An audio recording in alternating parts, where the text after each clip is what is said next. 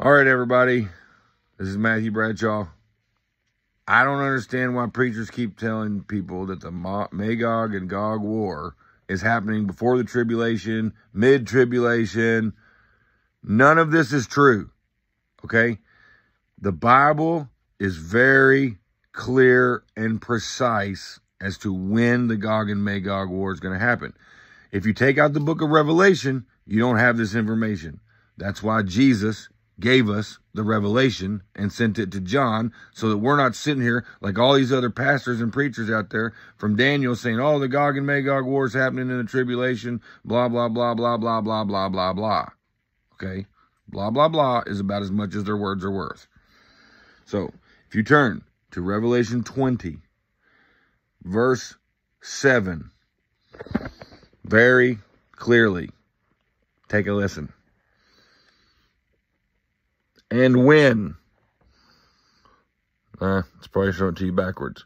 And when the 1,000 years are expired, that word means completed, Satan shall be loosed out of his prison, comma, and shall go out to deceive the nations which are in the four quarters of the earth, comma, Gog and Magog, to gather them together to battle, the number of whom is as the sand of the sea.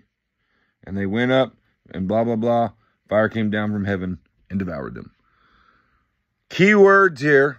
And if your pastor is teaching you this, go to another church, because he obviously cannot read black and white in the Bible and is being led by the deception of devils. There is no excuse for someone being able to read this black and white and then teach something different unless they are deceived. So leave your church, go somewhere else and pray for that guy. And when the 1,000 years are expired, and when the 1,000 years are expired, and when the 1,000 years are expired, do you hear that? There is no other way to understand the Gog and Magog war. There are not two Gog and Magog wars. There are not two wars that is secretly called this one, and it's kind of a Gog and Magog because Gog and Magog is involved and this and that, and this is arming. No, none of that. Don't let your preacher tell you the Bible is saying something different. The Gog and Magog war will not take place until after the 1,000 years is expired and after the beast is released from the pit. That is the Gog and Magog war. It is the war that is comprised after the millennial reign, after 1,000 years of Jesus reigning on the earth and people bringing him gifts all around the earth, coming to Jerusalem, and him being king, and all the resurrected martyrs being kings and priests in this world with him. After that 1,000 years has expired, 1,000 years of peace, no sin, no deception. When people might sin, but no deception. So I don't know how they could sin, because there's no deceiver. But after that, he comes out, he deceives, people sin, they turn against Jesus, they come surround the city, and then fire from heaven wipes them out. It's as simple as that.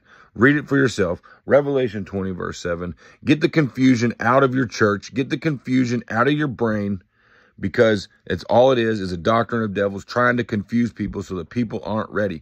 They're sitting here waiting for a rapture to happen. They're sitting here waiting for a war to happen, which a war has to happen in order for there to be peace.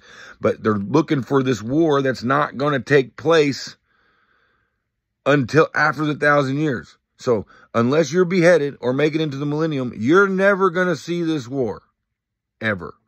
You're not going to see the Gog and Magog war unless you make it to the end of the 1,000 years. One more time, let's read it in case somebody listened to this whole video and didn't hear the beginning of it. And when the 1,000 years are expired. Enough said.